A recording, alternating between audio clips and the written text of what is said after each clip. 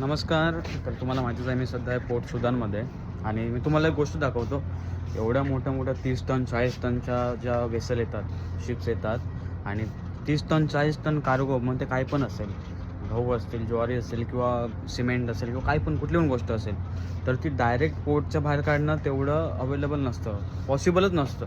ठीक आहे. तर ते कशामध्ये कसं स्टोअर केलं जातं आणि ते कशाप्रकारे नंतर कस्टम वगैरे त्यांची जे प्रोसेस असेल ती पूर्ण क्लिअर करून नंतर मग ते पोर्टच्या बाहेर काढलं जातं. मी तुम्हाला दाखवतो.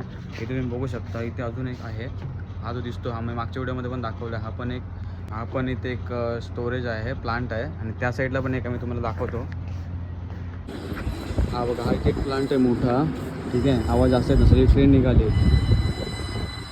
बघू शकता तुम्ही, ट्रेन निघाली आहे आणि हा पूर्ण इथे भरली गेली ती पूर्ण ट्रेन. ठीक आहे. इथे भरली गेली पूर्ण ट्रेन आणि मग ती इथून इकडे निघाली. ठीक आहे. हे इथे इंजिन आहे याचं. मागच्या साईडने ढकलते, रिटर्न येते ना, ते इंजिन पुढे असतं. आता हे मागच्या साईडला. आणि त्यानंतर ह्या ज्या गाड्या आहेत पूर्ण शिपमधून कार्गो इथे स्टोअर केला जातो या प्लांटमध्ये आणि त्याच्यानंतर तो या जे तुम्हाला जे ट्रक दिसतात अशा प्रकारचे किंवा ही जी ट्रेन दिसते अशामधून ते नंतर कस्टम वगैरे क्लिअर करून नंतर बाहेर घेऊन गेलं जातं.